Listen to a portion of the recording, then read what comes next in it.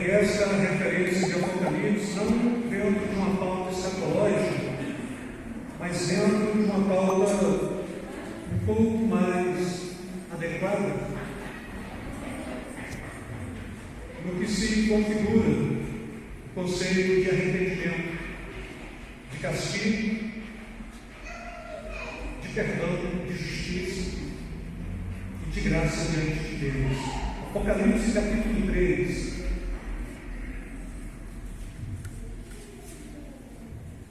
o versículo 19, somente 19. Apocalipse capítulo 3, versículo 19.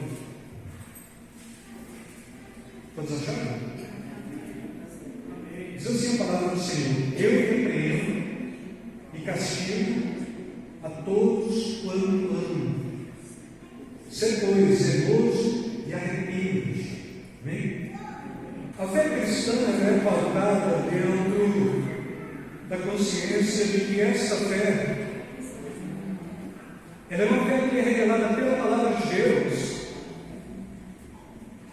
e que esta palavra de Deus nos confronta.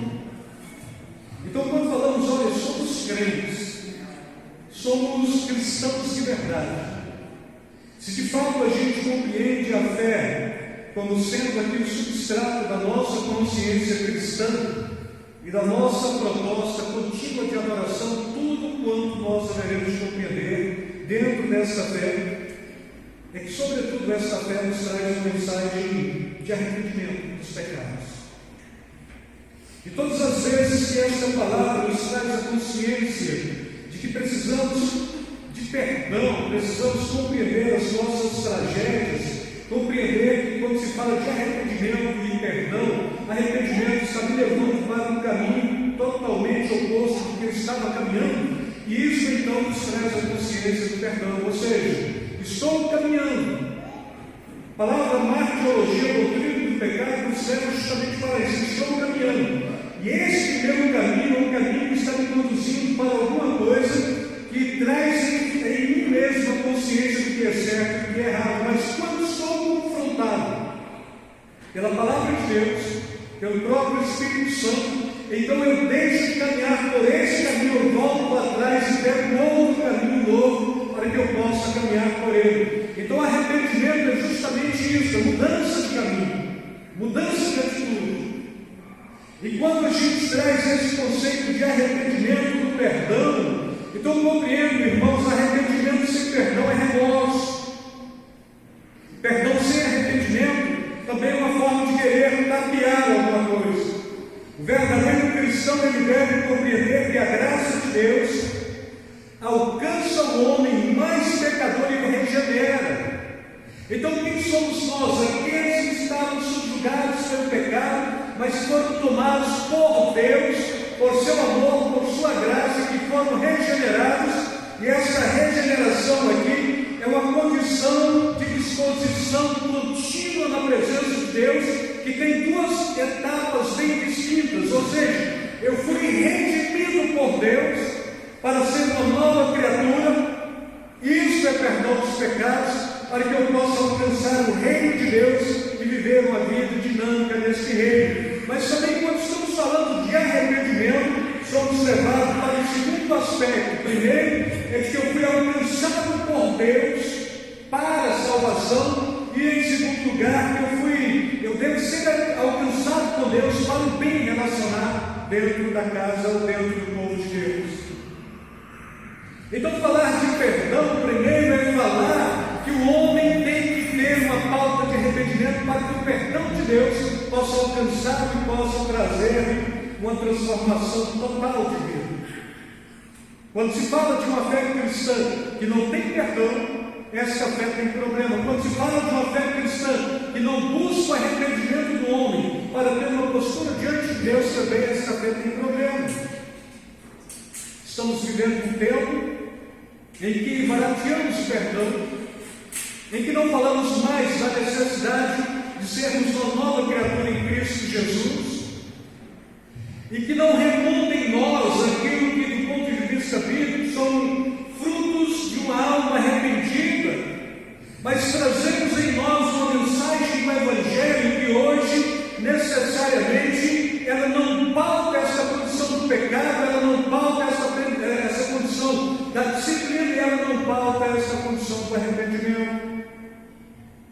É fato que a igreja dos dias atuais tem que trabalhar com uma militância chamada militância da inclusão.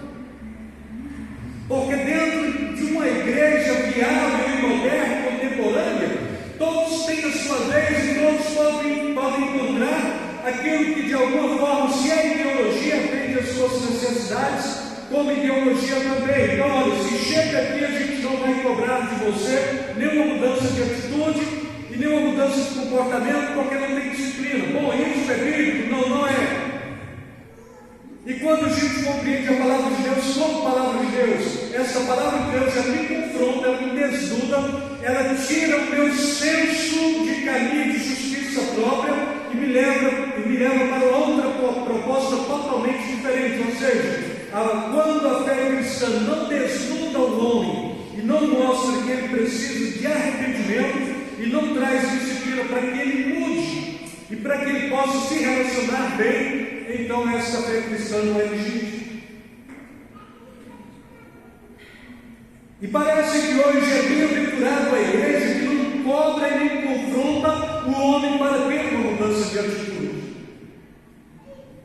Mas quando a gente busca a palavra de Deus como forma de conduzir a igreja, não tem como não falar da necessidade de mudança de atitude para todos quantos estão dentro. Porque se tem perdão, mas não tem arrependimento, é tapeação. E muitas de nossas igrejas estão tapeando pessoas, engodando pessoas, enganando pessoas, cobrando de pessoas tão somente a sua presença, sem uma transformação genuína. Enquanto aqui você é santo, mas sair porta fora, você pode fazer o que quiser, porque o que importa não é onde você vive, mas é quando você está aqui. Então isso não tem mudança de atitude, isso não tem mudança de comportamento, e isso não mostra para o mundo a que a igreja veio e ao que o reino de Deus veio também para ser implantado nesse mundo. Pecado é pecado, transgressão é transgressão. Se eu compreender que eu devo ter uma pauta de arrependimento pela pregação do Evangelho da Paz, é uma necessidade minha para a vida eterna. E quando eu não quero trabalhar essa mensagem em mim para a vida eterna, geralmente eu estou olhando muito para o reino deste mundo. Quando não tem uma transformação de caráter, quando não tem uma transformação de pessoa, quando não tem um habitar do Espírito Santo na vida da igreja, na vida em particular, de cada pessoa que celebra dentro da igreja, não tem mudança. Se não tem mudança, irmãos, o céu de Deus, que Ele anuncia e Ele proclama para cada um de nós, de fato, é um céu que alcança única e exclusivamente, ou só alcança esse céu aqueles que unicamente são regenerados em Cristo Jesus e que trazem em si essa pauta de arrependimento por terem sido confrontados pela palavra de Deus. A gente traz um tipo de aconselhamento chamado notesia. É quando o pastor tem que falar confrontando uma pessoa, um grupo ou a própria congregação acerca da necessidade de uma mudança de atitude.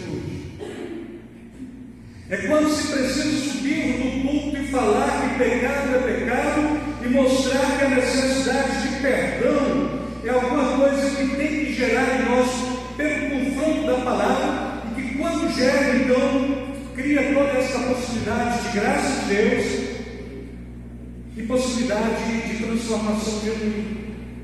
Tem muita gente arrependida, mas tem muita gente somente com remorso. A diferença de Pedro para Judas, o que traiu Jesus, foi tão somente isso, porque o Judas é tomado de remorso e Pedro é tomado de arrependimento. E a Bíblia diz que o arrependimento segundo a carne leva para a morte, mas o arrependimento segundo Deus leva para a vida eterna. Então todo constrangimento, todo arrependimento de uma alma humana, ela tem que ser das suas obras, das suas atitudes, da sua postura em relação a tudo, aqui e lá fora. Porque o que eu sou aqui, eu devo expressar lá fora. Então, se eu não tenho mudança de vida, eu não posso mostrar para o mundo que a mensagem do Evangelho é uma mensagem que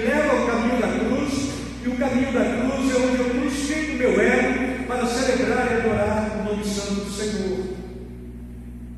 Quando eu mudo, por indução da palavra de Deus, logo isso gera regeneração em mim, santificação em mim. E o mundo já não faz parte da minha agenda, da pauta da minha vida. E se o mundo está aí, então a pauta do mundo é para alcançar pessoas que de alguma forma precisam ser alcançadas para o reino de Deus, mas mostrando que o Deus que servimos é um Deus que muda a mente e o coração do homem depravado e o leva ao arrependimento das suas más obras para alcançar uma pauta de regeneração, onde de fato eu posso estar parecido com o homem verdadeiro dos céus, ou a mulher verdadeira dos céus, e que trago em minha disposição para servir bem, adorar bem, comungar bem, compreender que eu fui perdoado para a salvação, mas compreender também, irmãos, que o segundo tipo é que eu devo ser perdoado para ter uma compreensão de vida comunitária, onde eu posso me relacionar bem com tudo ou com todos e perceber que este perdão das más obras é um perdão para o cristão, mas este perdão dos pecados é um perdão para aqueles que precisam professar fé em Jesus. Bem traduzido, muitos de nós professamos fé em Jesus. Trazemos a pauta de que sim, se eu professei fé em Jesus, logo sou salvo. E de fato é. Se é uma fé que te faz compreender a dependência do reino de Deus, você é salvo. Mas se não gera uma disposição para a disciplina, para a justiça de Deus e para a misericórdia, ainda que eu seja salvo, eu perco qualidade de vida dentro da casa de Deus. Então, compreendendo bem, quando Jesus está falando em Apocalipse 3,19, eu repreendo e castigo a todos quanto amo. Este é o perdão do reino de Deus, de sua disciplina e de sua justiça e de sua misericórdia. Deus não é conivente com o meu erro, homens são coniventes com o meu erro. Deus não compactua com as minhas falhas, homens pactuam com homens acerca de seus erros e das suas falhas, por não quererem o bem de suas almas. Deus sempre se coloca na condição de pai, e esse pai que disciplina para um melhor relacionamento em seu reino. Por isso, então, a necessidade de aceitar a correção do Deus Todo-Poderoso. Provérbios 3,12 diz: porque o Senhor repreende a quem ama, assim como o pai ao filho a quem quer bem. E Jó, capítulo 5, versículos 17 e 18, eis que bem-aventurado é o homem a quem Deus repreende. Então não desprezes, pois, a correção do Deus Todo-Poderoso, porque Ele faz a chaga, Ele liga a chaga, Ele faz a ferida e as suas mãos curam a ferida. Então, para a salvação, irmãos, arrependimento é a capacidade humana de voltar atrás, de tomar caminho diferente, quando confrontado por Deus, constrangido por sua palavra e envergonhado no espírito, no caráter e na pessoa do eu, faz que o homem empreenda uma busca contínua de uma mente de valores certos. Isso é o que é arrependimento, e do ponto de vista bíblico, possível somente em Deus. Se eu preciso de arrependimento, e se o Espírito Santo me confronta para isso, é uma disciplina. Eu compreendo onde errei, eu tenho a necessidade de me recompor em Deus. E quando estou recomposto em Deus, a pauta bíblica é que Ele está me conduzindo para a vida eterna. Mas quando a gente chega no segundo tipo de arrependimento, o primeiro tipo é o tipo de fato de perdão para a vida eterna, o segundo tipo é o tipo de arrependimento para o bom conviver, para o bom relacionar. Então, quando estou estou falando de perdão para o bem relacionar, é o perdão das más obras de cada cristão para um bem relacionar dentro do reino de Deus. Ou seja, fui perdoado dos pecados. Onde eu fui colocado? Dentro da igreja. E agora? Agora você tem que relacionar bem. Você tem que viver bem. Você tem que compreender bem. Você tem que ser compreendido bem também. E se eu fui resgatado por Deus para a salvação, estou aqui dentro, ainda preciso de perdão? Preciso. Porque para me relacionar bem com um e com o outro, se eu não compreender a necessidade do perdão e da transformação de mente, jamais eu vou compreender a necessidade do outro, acolher o outro, acudir o outro e me relacionar bem com o outro. E quando eu faço bem isso? Glória a Deus. E quando eu não faço, mas eu fui resgatado para a salvação? Muitos de nós somos resgatados para a salvação, mas não sabemos nos relacionar bem dentro da casa de Deus. E quando compreendemos a necessidade de relacionar-nos bem dentro da casa de Deus, então eu fui resgatado para a salvação, mas aqui eu quero viver bem na dinâmica do bom relacionamento, para compreender e ser compreendido, aceitar e ser aceito, amar e poder ser amado também. À medida que eu amo e sou amado, vou compreendendo tudo, relaciono bem, tenho a disciplina pautada ainda, eu posso viver isso. E quando vivo isso, irmãos, necessariamente sou remetido para o capítulo 15 do Evangelho de Lucas, quando o filho pródigo sai de casa, divide toda a fortuna que lhe pertence, o outro filho fica em casa trabalhando, mas compreendo. O pródigo sai, o outro fica trabalhando. E à medida que o pródigo sai, ele gasta o seu dinheiro, toda a sua fortuna, todinha nessa parábola de Jesus. Chega lá à frente, ele começa a comer comida de porco, ele reflete, ele traz à memória o tempo passado em que ele estava bem dentro da casa de Deus, ou ele estava bem dentro da casa paterna. Ele reconsidera a sua vida, a sua falta de filiação, e ele chega à conclusão: olha, é melhor eu voltar para a casa do meu pai, ser tomado como servo, não mais como filho, porque comer as alfarrobas deste mundo, a comida que se dá para pouco, é alguma coisa extenuante, não faz bem para a alma e nem tem um processo legítimo de pertencimento. E a Bíblia diz que então ele reconsidera tudo, ele volta para a casa do pai, e quando ele chega, o pai está à espera. E quando o pai está esperando, o pai ele não perde a esperança de ter o seu filho voltando, e quando o filho volta, ele é tomado ali agora como sendo alguém da família com muita legitimidade. Então é túnica branca, com os pés calçados, mata um novilho cevado para celebrar e festejar a vida daquele que estava morto, põe anel no dedo. Então tem todo o pertencimento da família. E agora, quem é o irmão do pródigo? É aquele que está dentro de casa, que tem toda a possibilidade de poder celebrar com os amigos, desfrutar de tudo quanto está dentro, mas por não compreender bem o processo do perdão, ele trabalha, ele cuida do rebanho do pai, mas ele não desfruta, ele não mata um cabrito para celebrar com os amigos, ele está dentro, mas ele não desfruta, está salvo, mas não tem qualidade de vida. Pode atestar, sim, eu vou para a vida eterna, vai, mas e a qualidade de vida? Não tem. É muito comum também falarmos que quem não tem comunhão não tem salvação. Eu não entro por esse mérito, irmãos, mas eu entro por aquilo que a Bíblia me assevera. Pode ter salvação e não ter qualidade de vida. Como o oposto também é legítimo. Pode ter qualidade de vida e não ter salvação. Mas aqui, se eu tenho necessidade de me arrepender das minhas obras passadas para compreender o reino de Deus, então tem salvação. Mas se eu chego aqui e não tenho um bom relacionar, tenho salvação, mas não tenho qualidade de vida. Isso é péssimo.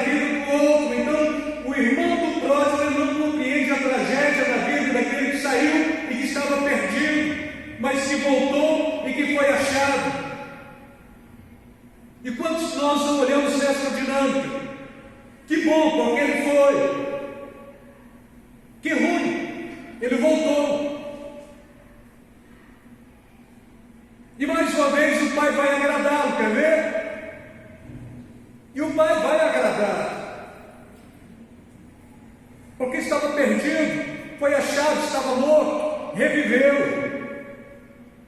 Mas o irmão do pródigo não agrada, porque não sabe viver uma falta de relacionamento. E nós precisamos compreender a necessidade do perdão para cristãos acerca do bem relacionar. Porque olha, Deus me salva, sim salva, mas você tem qualidade de vida que antes de chegar na vida eterna. E para ter qualidade de vida, você tem que desfrutar junto com os demais. Ainda que supostamente ele seja pródigo, mas ele é filho legítimo.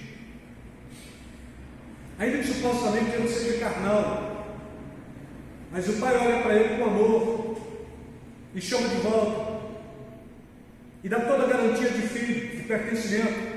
Põe anel no dedo, da túnica nova, da sandália para os pés, unge a cabeça,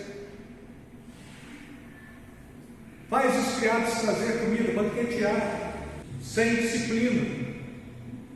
E aqui a gente vai compreender a necessidade de disciplina na vida do irmão do pródigo. Não há mudança de comportamento, ainda continua odiando, mas eu sou salvo, mas não tenho qualidade de vida aqui. Mas eu tenho a vida eterna. Para chegar até lá, irmãos, tem uma légua espiritual, que não são só 6 ou 9 quilômetros, é uma jornada. Mas eu não preciso dele. Aí Salomão está falando, é melhor serem 2 do que 1. Cordão de 3 dobras dificilmente se quebra. Mas eu não suporto a cara dele. Jesus suportou a nós. Ontem, celebrando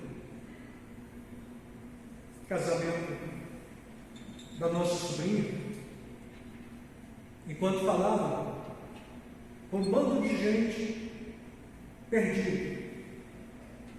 E uma guerrinha de pastores, porque quem ia celebrar o casamento? Quem ia orar?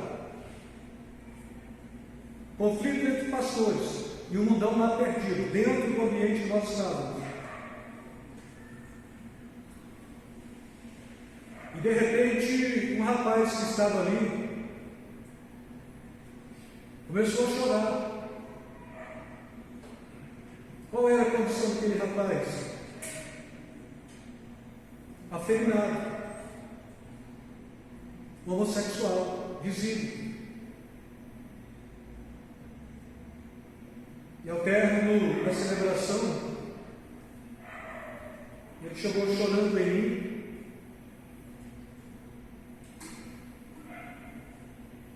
e confidenciou que ele tinha sido tomado de emoções naquele momento, à medida que estava falando para o casal, simplesmente porque eu falei a verdade. Casamento, ele é monogâmico, não é aberto. O mundo inveja essa instituição divina, a ponto de porem pessoas de mesmo sexo querendo banalizar o casamento e pensando que eles vão produzir, mas não vão, porque casamento é hétero, é um homem e uma mulher, é monogâmico, é como uma só mulher, e é fechado, porque não permite os de fora. E ele começou a chorar. Bom, e a mesa do lado? Não tinha muita gente chorando porque estavam se doendo, porque achavam que depois eles iam ter uma pauta de fala. Bom, então o Senhor prevaleceu? Não prevaleci em nada. Porque onde gera contendas dentro do ambiente, e a contenda é de crente, é o pior ambiente para se estar. Quando o crente vem contar vantagens para você, para mostrar que ele está bem, você está olhando na cara dele e na cara da parentela que nada está bem? Dói, porque muitos estão meramente iludidos, contos de fada, como se tudo fosse mil maravilhas, para o espetáculo dos outros, mas dentro da tragédia pura.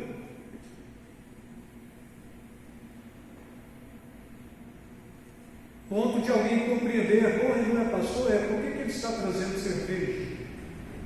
Não foi assim com o seu filho, ele foi e comprou cerveja para ele porque ele bebe, mas trouxe algo mineral para você.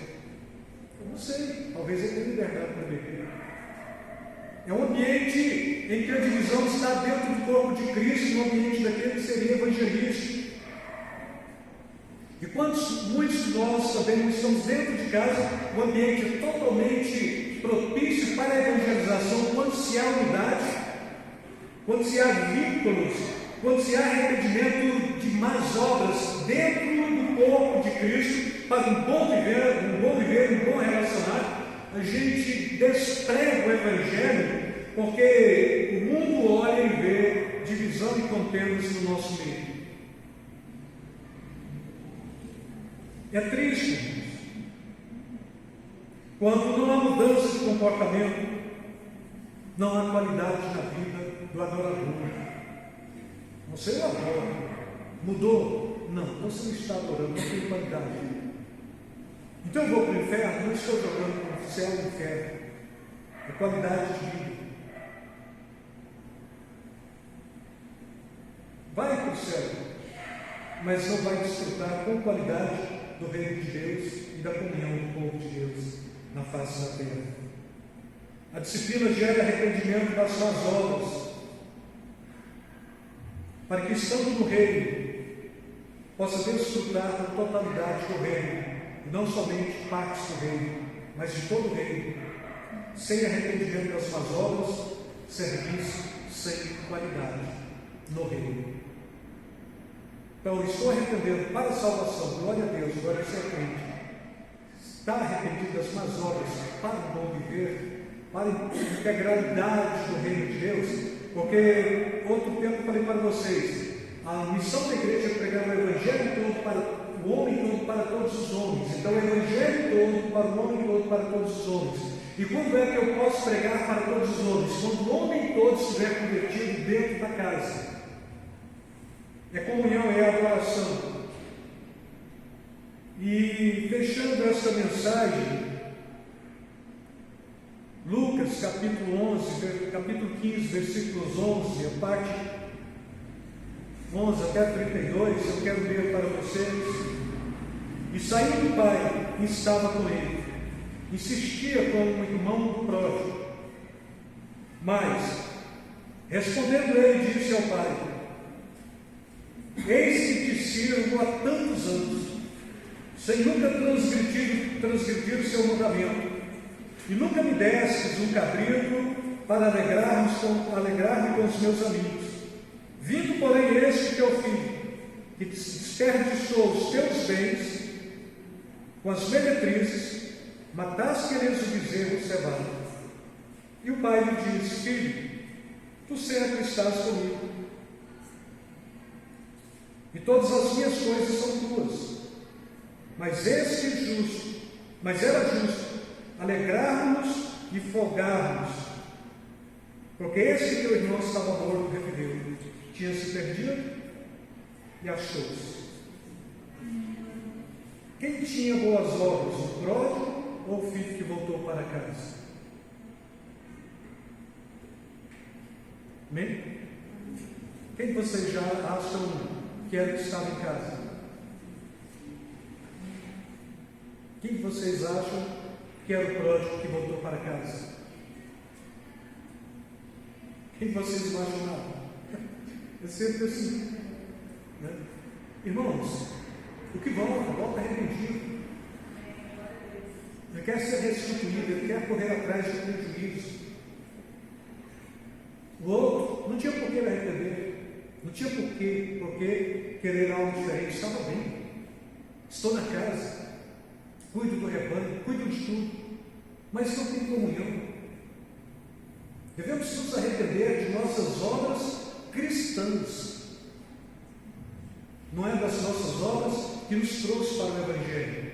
E precisamos trabalhar o conceito de disciplina também dentro de nossas obras cristãs, para um bom relacionamento, para uma boa dinâmica do reino de Deus. Amém?